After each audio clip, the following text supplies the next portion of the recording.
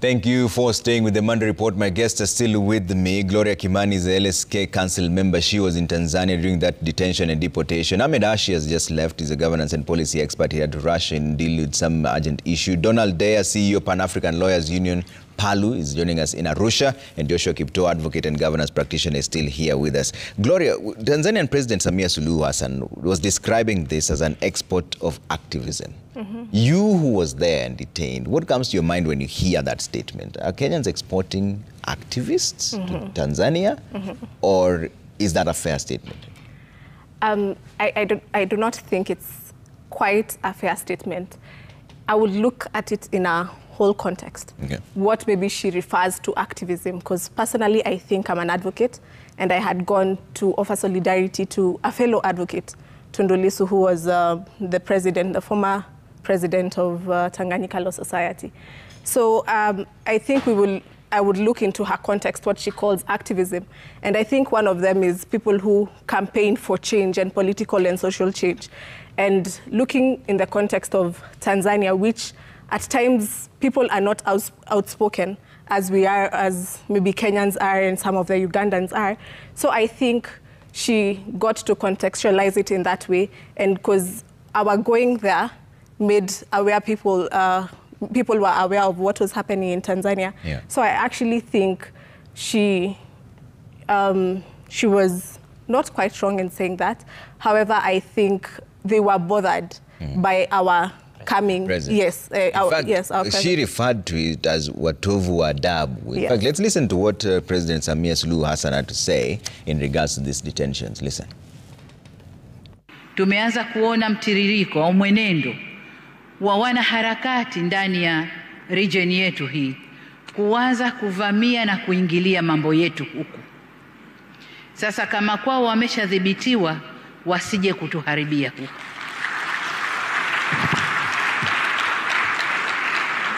Tusitowe nafasi. Walishaharibu kwao, walishavuruga kwao. Nchi iliyobaki haijaharibika. Watu wako na usalama na amani na utulivu ni hapa kwetu. Kuna majaribio kadhaa. Niwaombe sana vyombo vya ulinzi na usalama na nyinyi wasimamizi wa sera zetu nje kutoa nafasi kwa watovu wa adabu wa nchi nyingine kuja kutovuka hapa kwetu. Hapana.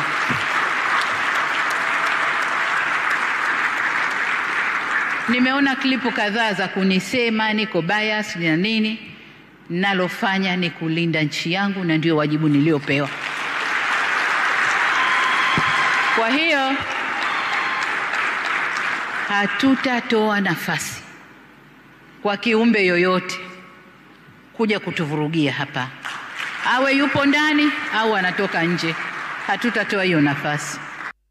What is your reaction to what President Samia says?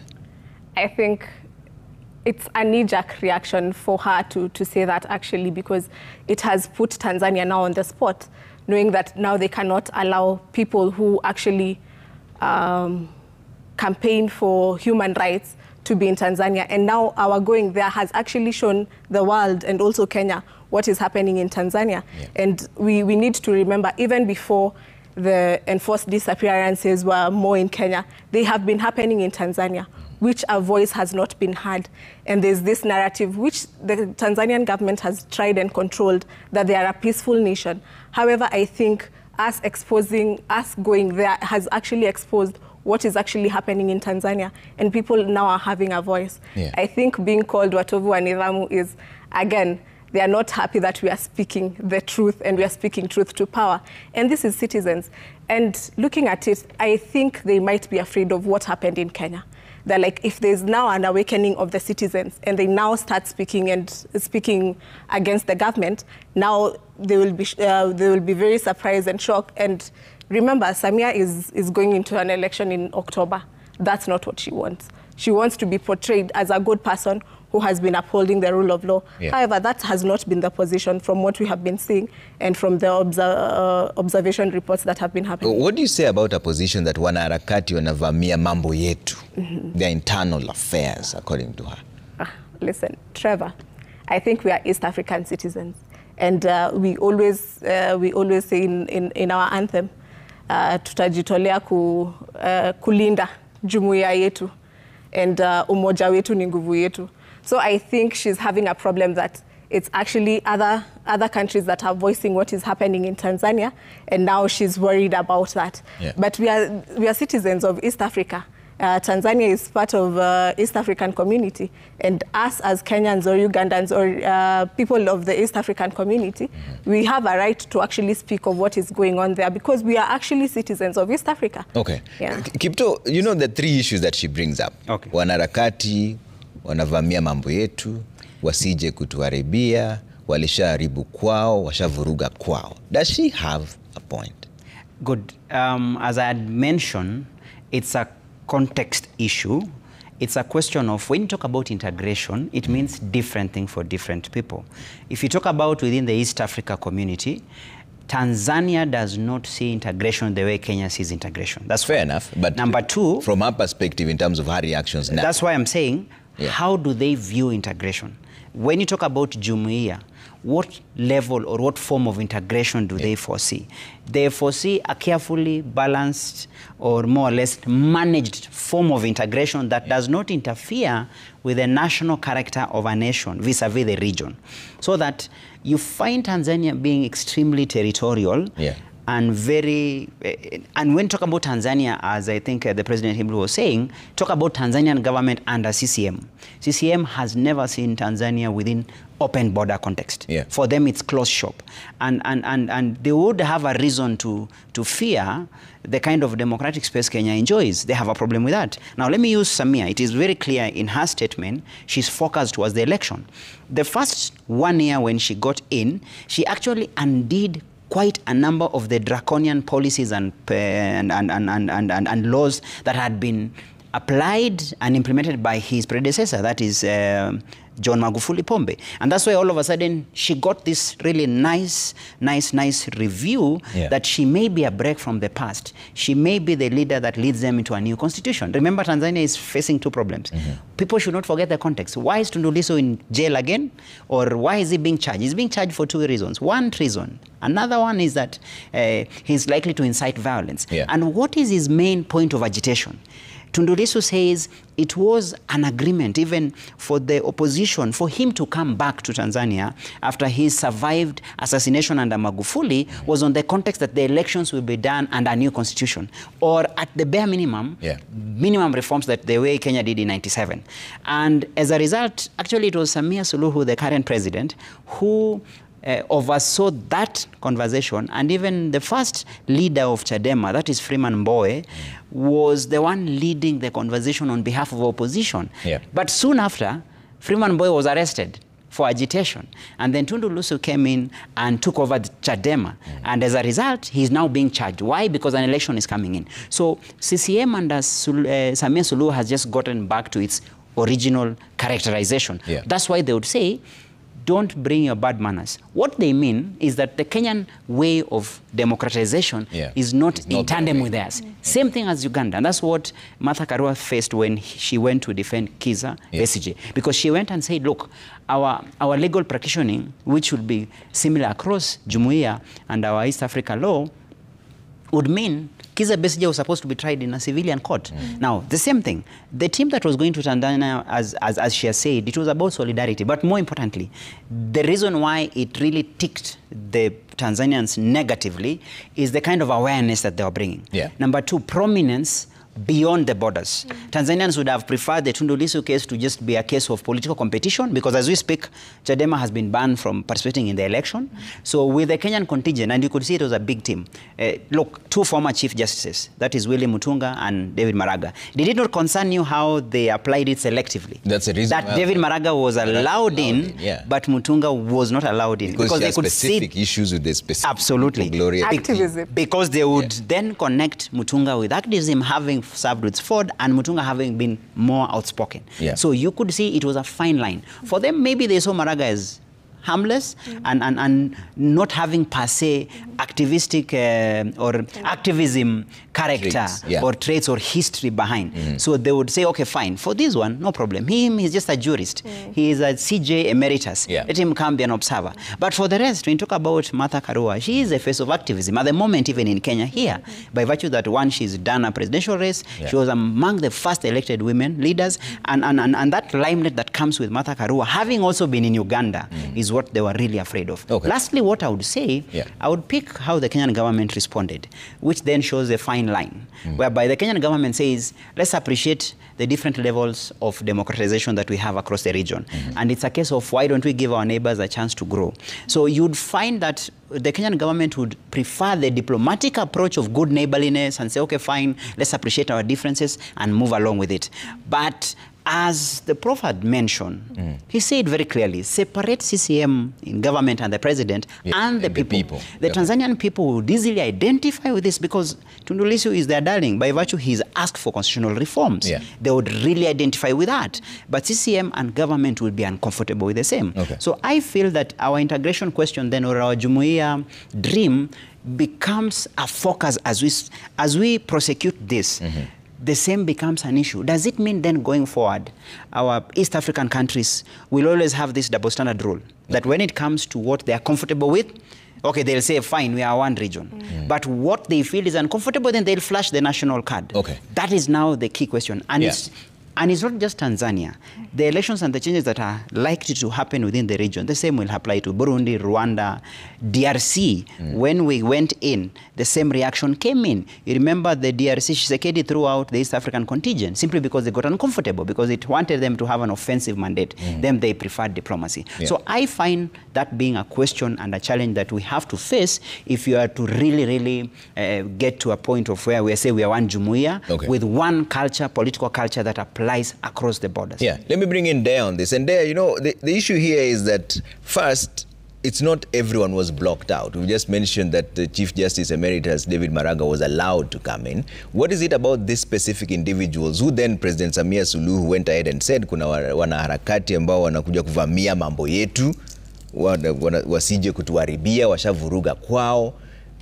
Can you term that as a diplomatic tiff, or is it just a country that is specific on the certain people who they don't want to allow within their borders?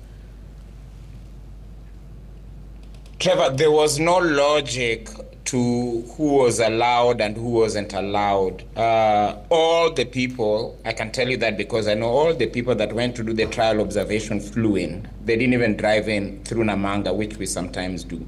So there was no logic. It seemed to be some sort of paranoia in terms of who would be allowed and who would not. And then in terms of whether you allow them or not, the ones you detain at the airport, such as the Honorable Martha Wangari Karua SC, Dr. Willie Mutunga, our young sister Hanifa, and so on, and those whom now they are purporting to put through the criminal justice process, such as Boniface Mwangi from Kenya and Agatha Atuhaire from Uganda. So it seemed random. It looked like an administration that's in panic. But I keep on saying, please separate the Tanzanian government from the Tanzanian people. Do not blame the people of Tanzania for what the present government of Tanzania is doing.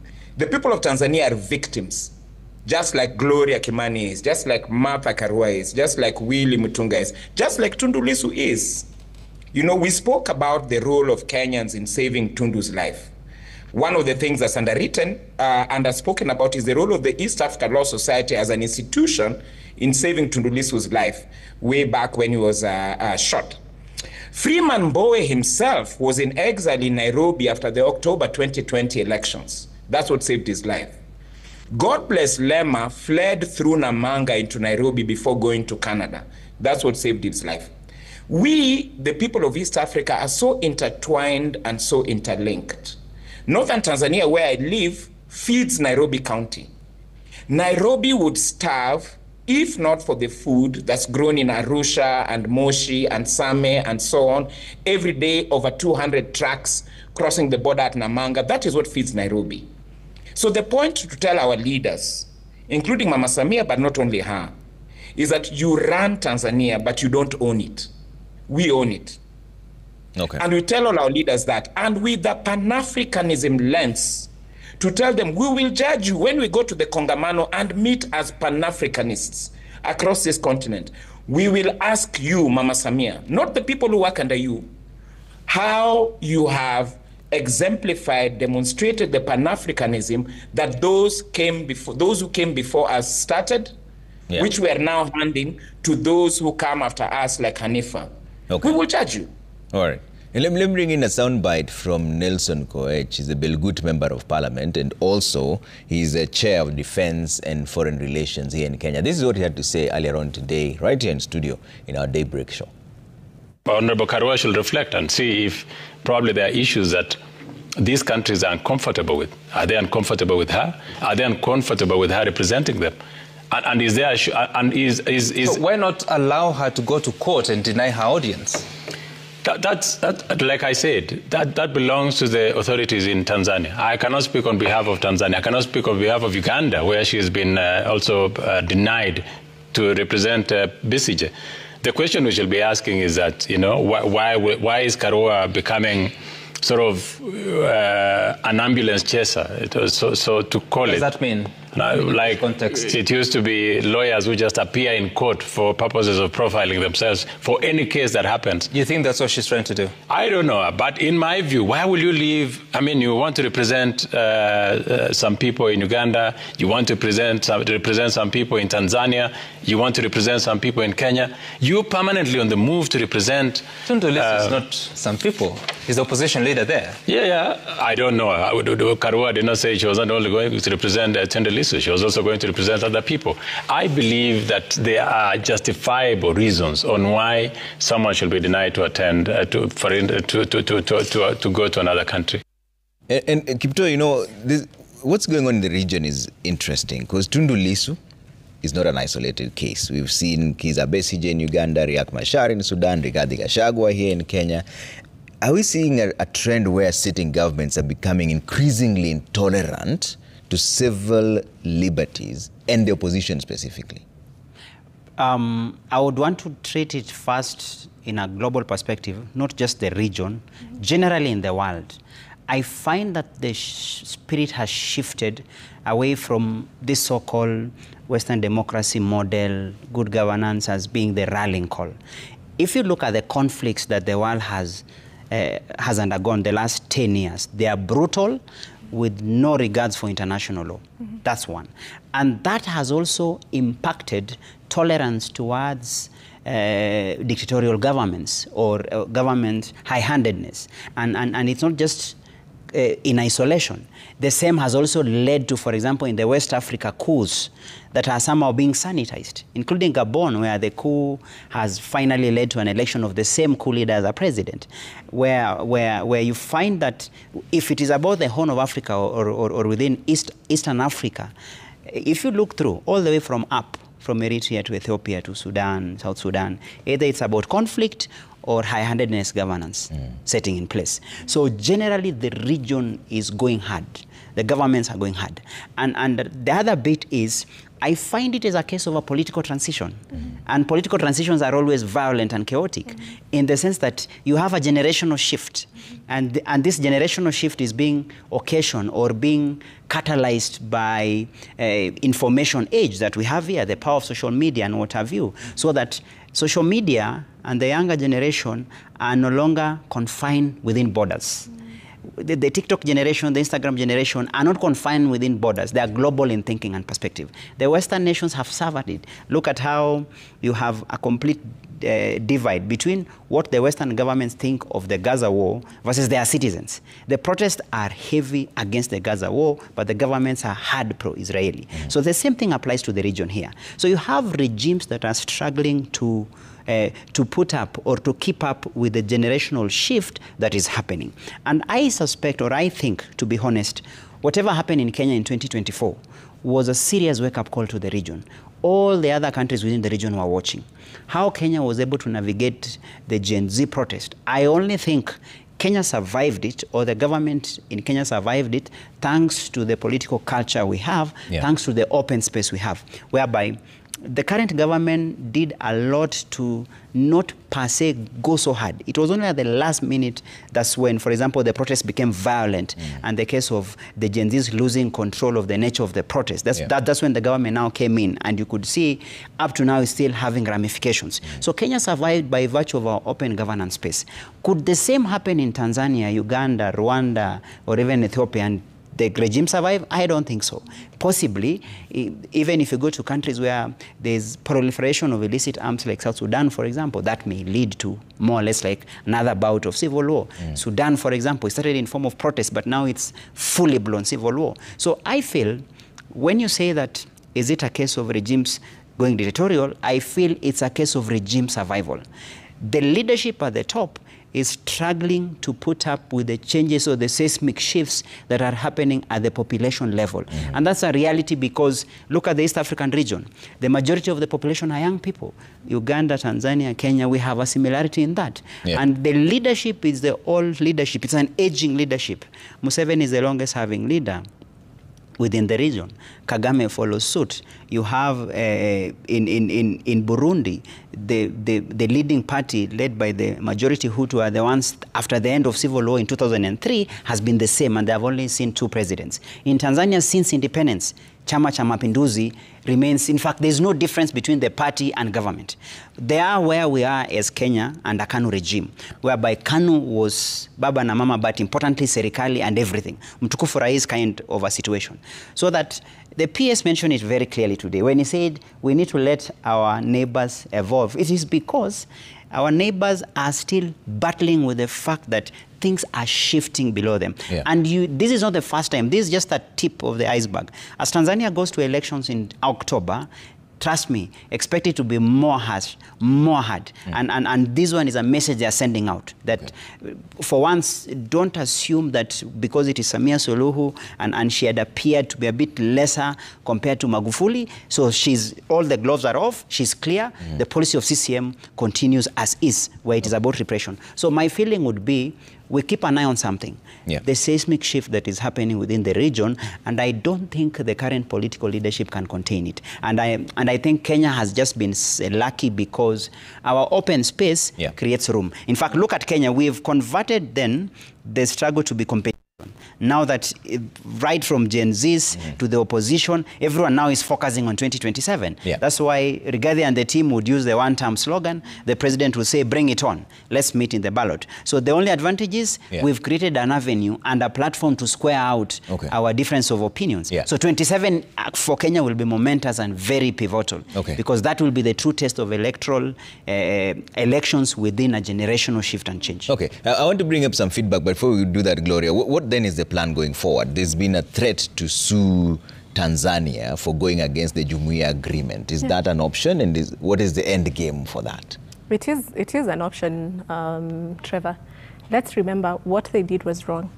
The law is very clear according to the East African Treaty, where if they are going to deny a person from East Africa entry into their country, they might use what they said, their internal affairs.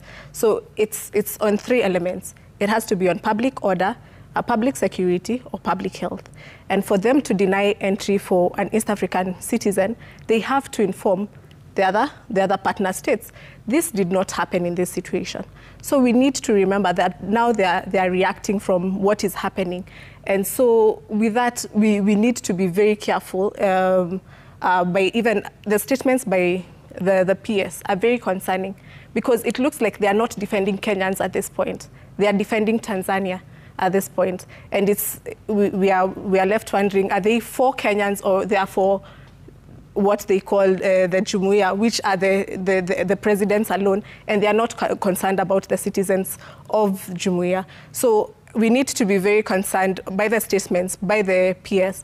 Secondly, we have had a statement by the Honourable Member of Parliament. One, I think what he has forgotten to mention was what happened in Senegal. Martha Karua was among the people, again, trial observers, who went to Senegal when the now president of Senegal was under trial. And after he was released, 10 days later, he was given time to campaign, and he won. So I think these are things that governments are quite afraid of right now going into, and that's why I think there's governments are trying to hold opposition, looking at Besigye and looking at Tundu Lissu, because they know when they release them, I think there will be a shift within the citizens of these countries. Yeah. And is there a chance then that Chadema party will not take part in the elections come October? Because right now the accusation is that they failed to sign the elections code of conduct. Is that a possibility? You know, that is a question for the spokesperson of the Chadema party, which I am not. I'm the spokesperson of the Pan-African Lawyers Union. All I can say first, to just build on what Gloria said, is to that member of parliament that I struggle to call honorable, is that he has demonstrated a very pedestrian understanding of Pan-Africanism, of what the Treaty for the East African Community says, of what the Constitutive Act of the African Union says, of what the shared values of the African Union say on how we promised ourselves that we'll run this continent. So if he's a small village hero, let him stick to small village heroism issues. But there's a way in which this continent is run, and it is written down in legal instruments that were ratified by these same heads of state, not by us. We supported them, but they were ratified by these same heads of state. So we are holding them to account on what they wrote and signed. Africa is one. We're living at a very difficult time. You've just seen what Trump and Trumpism is doing, how Europe is changing.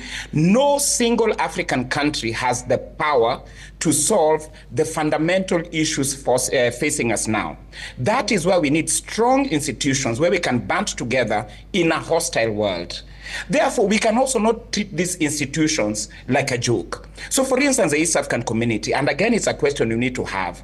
Our states are not sending money to the East African Community for it to run those things which, by treaty, we have said the East African Community should do. Shared values is one of the things we have asked the East African Community to follow up on, not just the East African Court of Justice, but also the East African Legislative Assembly and other bodies of the community. So we, the people, are together.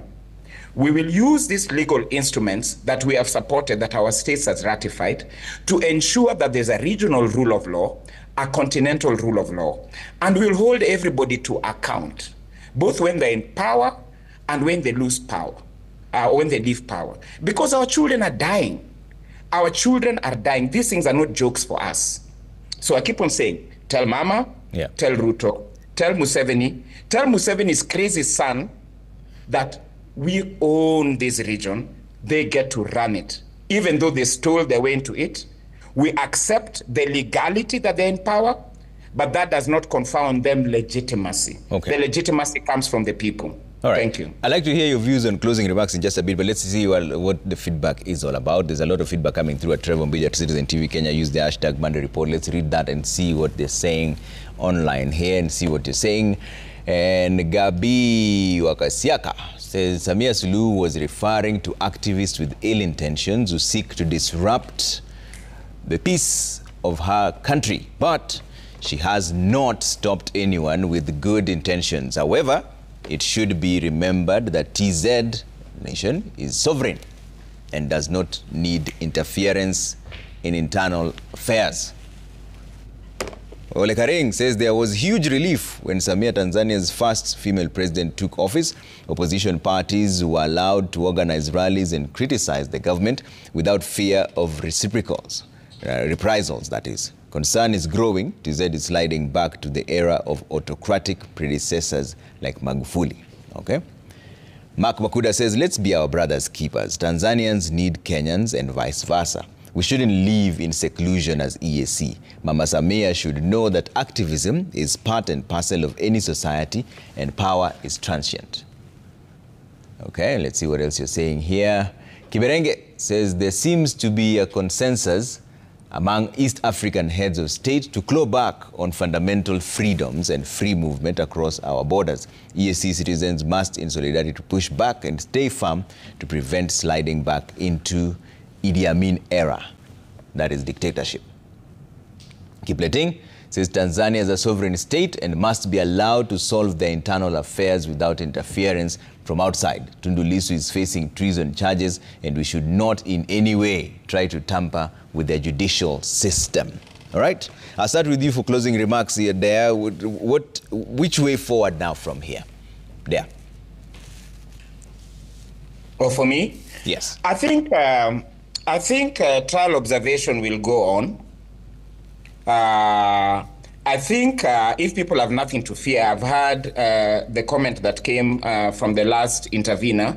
I don't know how they perceive trial observation to be interference. People will just come and sit at the back of the court and see what happens. And my challenge to my colleagues in government, because I have lots of friends in all these governments, these are people we grew up with, is that if it was white people who had landed at that airport, would you have treated them the way you have treated these people? It's a very difficult question to have to face, but let's confront it. So this mess that Africans try to do for other Africans is something also that we need to address by itself. But the trial observation will go on, whether they like it or not. If it's a fair trial, it will be clear. If it is not, election observation will go on. If it is a fair election, we will say. If it is not, we will say. We have cases pending arising from the 2020 elections. Part of the reason they haven't been concluded is because our states have not given enough money to the institutions, so we have case backlogs. Okay. But it's to promise the people of East Africa, a luta continua, Vittoria es certa. Let us continue, and like Gloria said, and like the other colleague said, we work towards the new African, the new Pan-Africanist, the Pan-Africanist for the modern age. We will create a system of a rule of law in our lifetime. All right. Gloria. In our lifetime. Thank you. Gloria, closing remarks. I do believe that we need to continue with the solidarity that we are offering Tanzanians. Again, when we see our neighbors' houses burning, we do not keep quiet about it. One day it will be us who are burning, and we need the help from our neighbors. So this is a clear call that we need, as Kenyans and as East African citizens, that we need to call out what is happening in our neighboring countries. And let's also remember that Boniface and Agatha from Uganda have been arrested by the authorities, and nobody is speaking about it. We have not had anything from the Kenyan government. So I think it's very pertinent for us to speak about these issues and raise awareness of what is happening in Tanzania and Uganda. All right, Kipto. Good. My closing remarks would be, as we urge that, I would also advocate for pragmatism, whereby we also be alive to the fact with the differentiation that exists between the different countries. The main way to deal that I would feel would be more pragmatic approach would be more or less strengthening the institution at the East Africa level. For example, we have a common East Africa Law Society. If the governments can give more considerations and more room for such institutions to be able to speak for the members, for example, it would have been enough for the Tanzanian authorities to say, okay, fine, if you are the guest of the East Africa Law Society, you're hereby welcome. So a pragmatic approach would be strengthening of the institution that brings integration together and shared values. And you've seen complaints even by the East Africa Legislative Assembly that they are not supported as the national assemblies, and that has been a serious bone of contention. We haven't seen a lot of effort put by member states to fund common institutions. Yeah. If we can focus on institutional integration, whereby such small issues can best be sorted, we wouldn't get to a place where someone is prohibited. In any case, when we have the East Africa passport, the whole idea of having an East Africa passport was to ease freedom of movement and to make it easy, so that we can maintain good neighborliness, but at the same time be alive to the fact that we seek to achieve oneness in form of an integrated region. Okay. So my idea is a careful balance. The government will do the diplomatic, quiet approach and talk and say, okay, fine, let's put up with the differences between the different countries and the different political cultures. But at the same time, they can't shut themselves off completely from the fact that people share values, people share ideas, and that can best be achieved through institutional support at the regional level. All right, thank you all for making time this evening. Gloria Kimani, LSK Council Member, Donald Dea, CEO, Pan-African Lawyers Union, PALU, from speaking to us from Arusha in Tanzania, and Joshua Kipto, Advocate and Governance Practitioner. Thank you all for speaking to us tonight. That's where we leave it for now. Thank you so much for all the feedback that you sent through. On behalf of everyone who made this possible, say good night and God bless.